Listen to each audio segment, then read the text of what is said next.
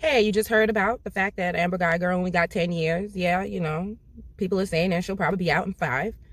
I'm not shocked. I told you guys don't celebrate. But then I was like, I'm also not shocked after I saw this. If you truly are sorry, I know I can speak for myself. I forgive you.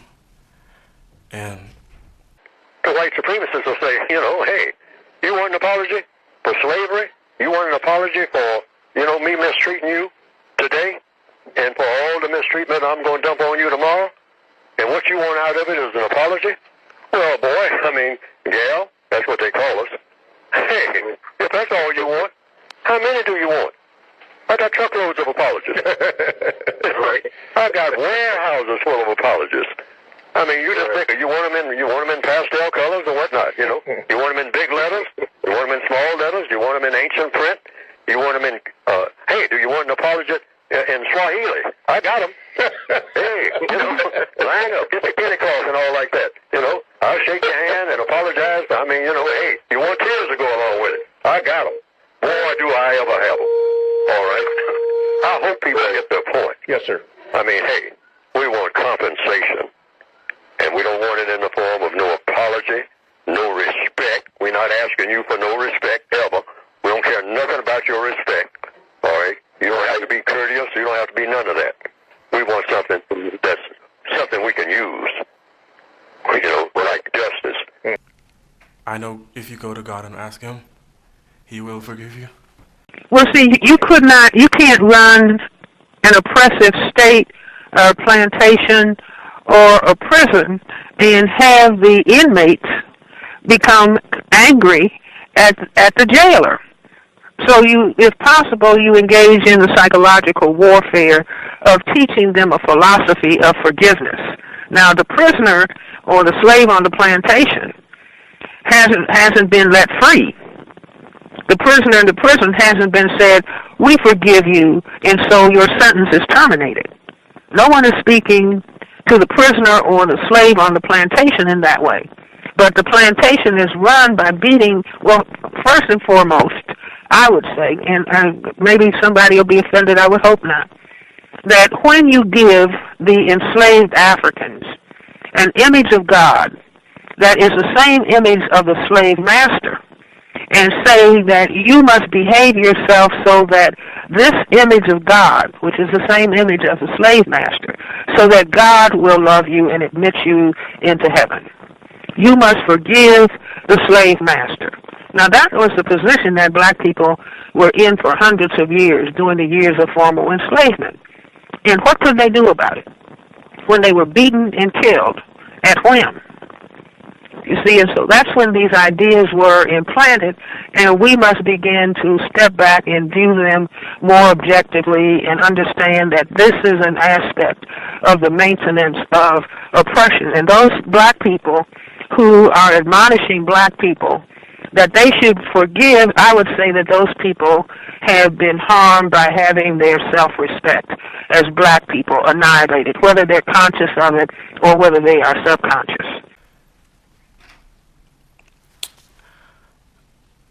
And I don't think anyone could say it.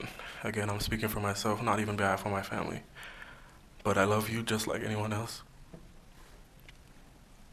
And I'm not gonna say I hope you rot and die just like my brother did, but I personally want the best for you.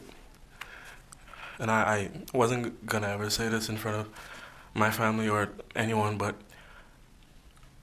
I don't even want you to go to jail. I want the best for you. Because I know that's exactly what both of them would want you to do. And the best would be give your life to Christ. I'm not gonna say anything else.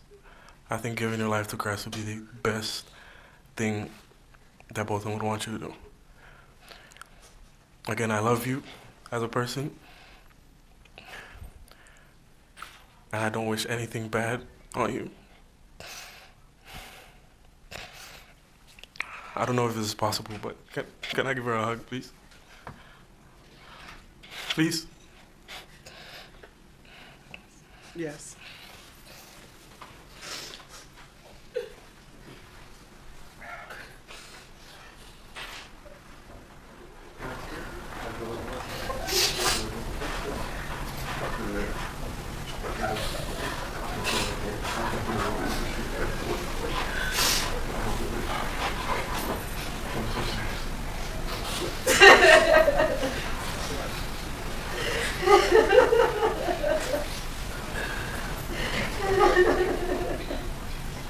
Killing Act. The Casual Killing Act was written because of the number of people who were killed while being corrected. Okay. And if any slave resists his master, owner, or other person by his or her order correcting such slave and shall happen to be killed in such correction, it shall not be counted felony, but the master, owner, and every other person so giving correction shall be acquitted of all punishment and accusation for the same, as if such accident had never happened. So that means that if you happen to be correcting someone and you beat them to death, you know how hard it is to beat someone to death? I mean, I thought about that. I said it happened so frequently that they created a law so that you wouldn't feel any what? No guilt, because you were simply correcting them. It wasn't your fault. So I went back to look at who was beating folks to death. I wanted to know. And it was white women. White women were beating black children to death. That's who was being beaten to death. But it wasn't her fault.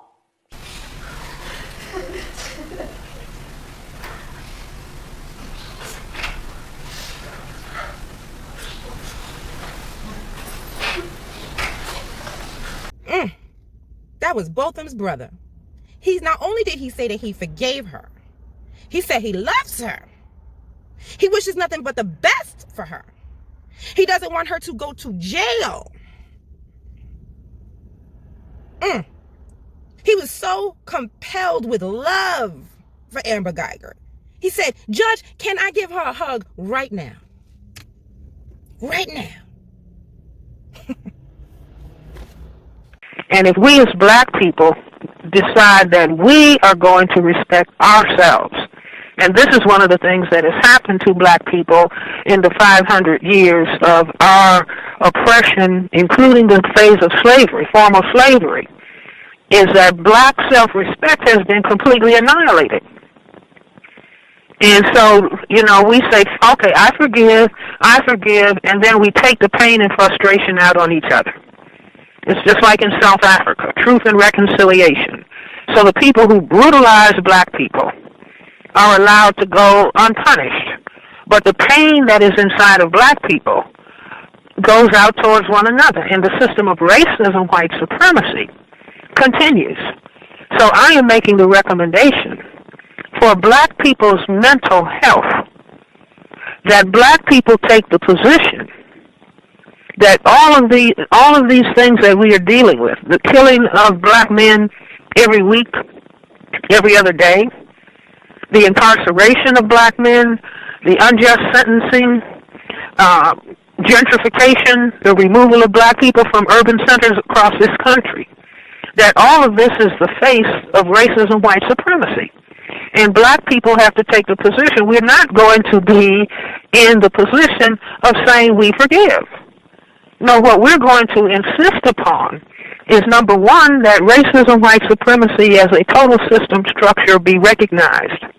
And number two, when that system has been brought to an end and replaced with a system of justice, then the consideration of forgiveness, if that won't even be in order, because the system of injustice will have been removed and a system of justice established.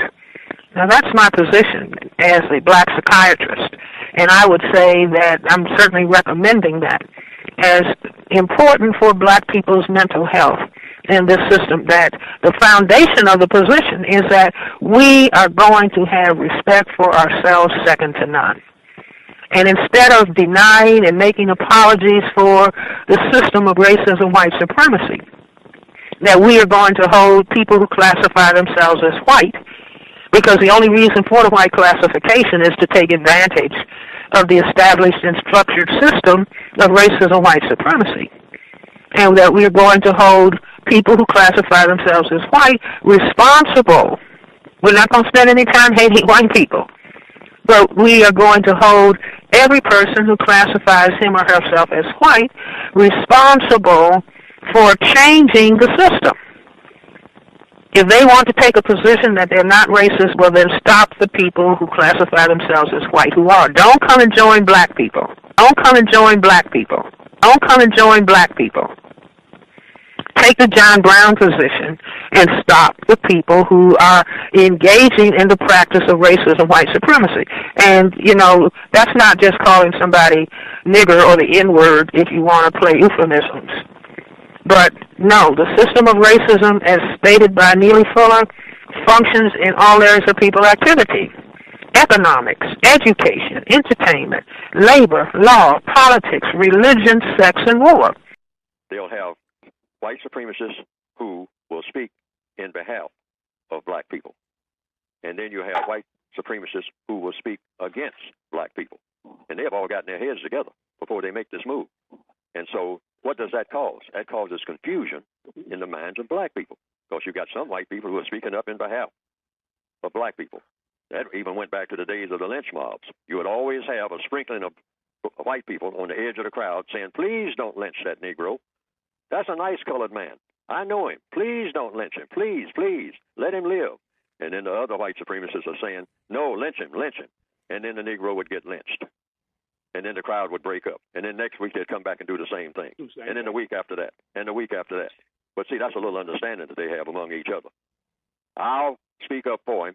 You speak against him. But the end result is he's going to get the raw end of the deal. He's going to wind up getting lynched anyway. But what that will do, that will confuse people because they won't know that we're working together.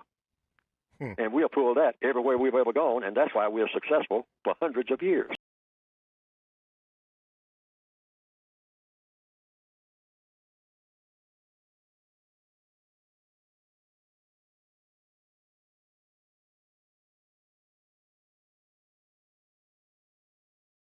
Racial showcasing confusion. What's that? That's putting a few black people, all black faces that used to be to the back. We want them down front now. Okay? Put black faces down front on a whole bunch of stuff that the white supremacists are going to be doing in the back. But you have a black face up front. Now, that makes black people get mad at the black people who are up front. Right. But it's the white supremacists who are back behind who the are orchestrating the whole thing, Yes, puppet master. So that causes confusion, and it also causes black people to start attacking each other, and the racists are back behind the wall just cracking their sides laughing. Say, we got them again. I mean, these people are the dumbest creatures you'll ever see because they can't catch on to nothing.